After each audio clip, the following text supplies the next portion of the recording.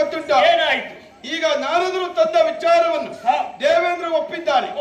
ನಾನು ಒಪ್ಪಬೇಕಂತಿಲ್ಲ.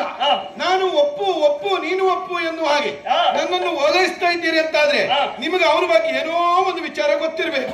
ಸತ್ಯವ್ರತನಿಗೂ ನಿಮಗೂ ಇದ್ದಂತ ಸಂಬಂಧ ಎಲ್ಲಿಯಾದ್ರೂ ನೋಡಿದ್ರೆ ಅವನನ್ನ? ಸಂಬಂಧ ಏನು? 33 ಕೋಟಿ ದೇವತೆಗಳಲ್ಲಿ ಒಂದಾದವನು ನೀನು. ಅವರೆಲ್ಲರೂ ಒಪ್ಪಿದ್ದಾರೆ ಅಂತಾದ್ರೆ ನೀ ಒಪ್ಪಿಕೊಳ್ಳಲೇಬೇಕೆನ್ನುವುದಾಗಿ ಹೇಳಿರುವರೆ ಕಾರಣ ಏನು? ಅವ ನನ್ನ ಪಟ್ಟದ ಶಿಷ್ಯ ಇದ್ದಾನೆ.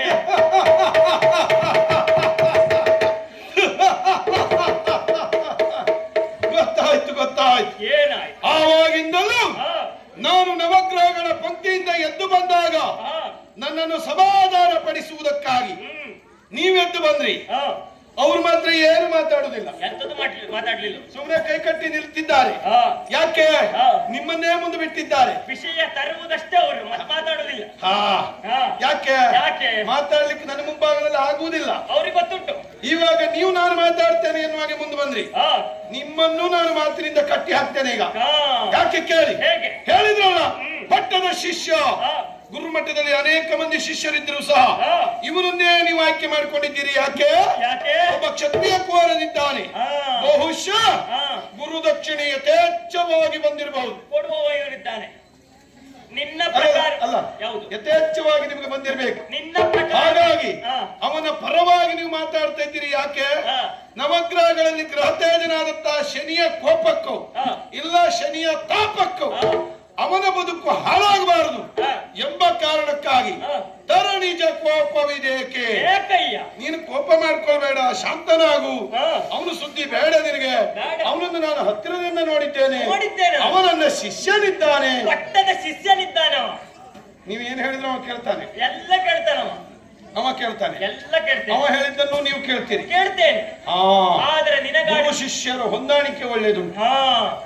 ಆದ್ರೆ ನಿನಗೆ ಕೊನೆಯದಾಗಿ ಆಡುವುದೇನು ಗೊತ್ತುಂಟಾ? ನೋಡಿ, ನಿಮ್ಮ ಗುರು ಶಿಷ್ಯರ ಹೊಂದಾಣಿಕೆ ಇದ್ರೆ ಇರಲಿ. ಆದ್ರೆ ತುಂಬಿದ ಸಭಾ ಮಧ್ಯ ದೇವಸಭೆ ಇಲ್ಲಿ ಏನಾದ್ರೂ ಒಂದು ವಿಚಾರವನ್ನು ಮಂಡಿಸಿದವರು ಅಂತಾದ್ರೆ ಲೋಕಮುಖದಲ್ಲಿ ಅದನ್ನು ಪರಿಗಣಿಸ್ತಾರೆ. ಕಳಿಂಗಾಧಿಪತಿ ಒಬ್ಬ ಸತ್ಯವಂತ ಧರ್ಮವಂತ ಎನ್ನುವ ಹಾಗೆ ಇವರೆಲ್ಲ ಹೇಳಿದಾಗ ನಾನು ಒಪ್ಪುವುದಿಲ್ಲ. ನನ್ನ ಸ್ವಭಾವವೇ ಹಾಗೆ. ಯಾರೋ ಹೇಳಿದ್ದು, ಯಾರೋ ಕೇಳಿದ್ದು, ನಾನು ಒಪ್ಪುವುದಿಲ್ಲ. ನಾನು ಪ್ರತ್ಯಕ್ಷವಾಗಿ ನೋಡ್ಬೇಕು. ಹಾಗಾಗಿ ಅವನ ಸತ್ಯ ಧರ್ಮವನ್ನು ಸರಿಯಾಗಿ ತುಲನೆ ಮಾಡ್ಬೇಕು. ಒಬ್ಬ ಸತ್ಯವಂತ ಧರ್ಮವಂತ ಎನ್ನುವ ಹಾಗೆ ನಾನು ಕೊನೆಯಲ್ಲಿ ಒಪ್ಪಿಕೊಳ್ಳುವವನಿದ್ದೇನೆ. ಆದ್ರೆ ನನ್ನ ಅಣ್ಣನಾದಂತಹ ಯಮಧರ್ಮ ಸಪ್ತ ಜೀವಿ ರಾಶಿಗಳ ಸತ್ಯ ಧರ್ಮ ಪರೀಕ್ಷೆ ಮಾಡ್ತಾನೆ. ನಾನು ಹಾಗಲ್ಲ. ಜೀವಂತ ಇರುವಾಗಲೇ ಜೀವರಾಶಿಗಳ ಸತ್ಯ ಧರ್ಮ ಪರೀಕ್ಷೆ ಮಾಡುವವನಿದ್ದೇನೆ. ಆ ಸತ್ಯವ್ರತನ ಸತ್ಯ ಧರ್ಮ ನಾನು ನೋಡ್ತೇನೆ. 33 ಕೋಟಿ ದೇವತೆಗಳ 33 ಕೋಟಿ ಬಿಡಿ. ಈಗ 33 ಕೋಟಿ ದೇವತೆಗಳು ಎಲ್ಲರೂ ಒಪ್ಪಿರುವಾಗ ನಿನ್ನಿಂದ ಆಗುವುದು ಏನು ಮಹಾ ಅಂತ ಕೇಳ್ತೇನೆ. ಮೂರ್ತಿಗಳ ಅನುಗ್ರಹಕ್ಕೂ ಪಾತ್ರನಿದ್ದಾನೆ. ನನ್ನಿಂದ ನಿನ್ನಿಂದ ಆಗುವುದೇ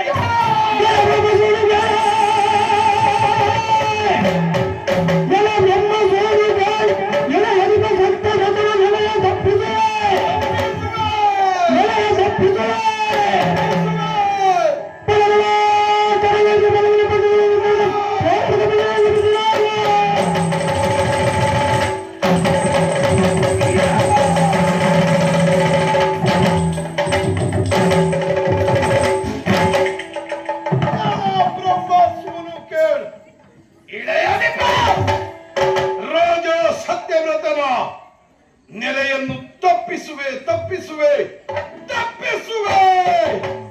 ಬಳಲುವ ತರ ಗೈಯಾದಿರೆ ಸೂರ್ಯ ಸುಕುಮಾರ ಶನಿ ನಾನಲ್ಲ.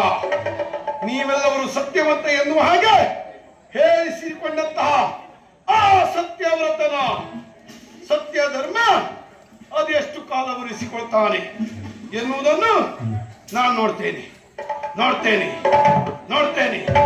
ಬಿಡಲಾರೆ.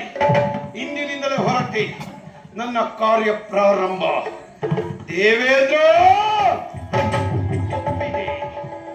ನೆಲದೋಟಕನಾಗಿ ಕುಳಿತೆಯೋ? ಏನಾದೀತ?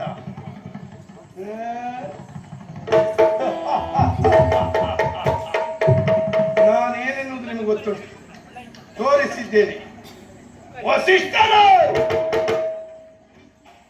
ಪಟ್ಟದ ಶಿಷ್ಯ.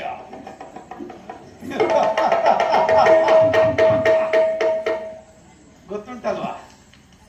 ಇನ್ನೊಮ್ಮೆ ತೋರಿಸ್ಬೇಕಾ?